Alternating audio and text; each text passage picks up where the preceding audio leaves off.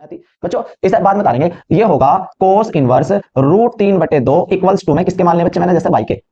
अब cos inverse √3/2 मान किसका हुआ है, दूसरे टाइप से देखेंगे। कोस इनवर्स, कोस में एक √3 मान किसका होगा बच्चे बताना, तो आप बताओगे π/6 का हुआ है भैया जी, 30 का हुआ है, इक्वल्स टू में किसका होगा बेटे, y।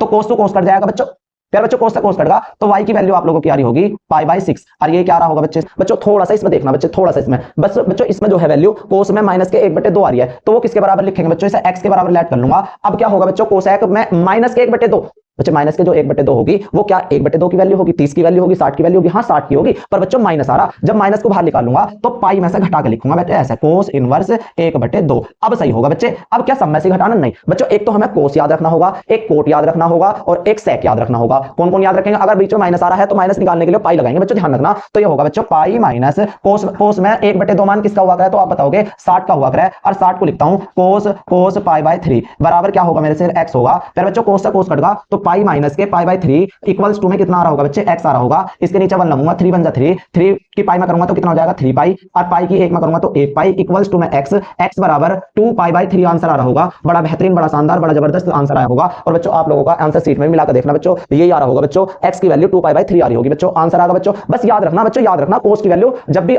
माइनस में आ रही है बच्चों, ऐसे प्लस में आ रही है तो नॉर्मली ऐसे कर देना, कोस में, कोट में, सेक में, कोट सेक, और बच्चों कौन सा, कोट सेक और कोस। अगर माइनस आ रहा तो पाई का से घटा के लिखना। क्या 10 में भी काम करना, नहीं करना बच्चों, जैसे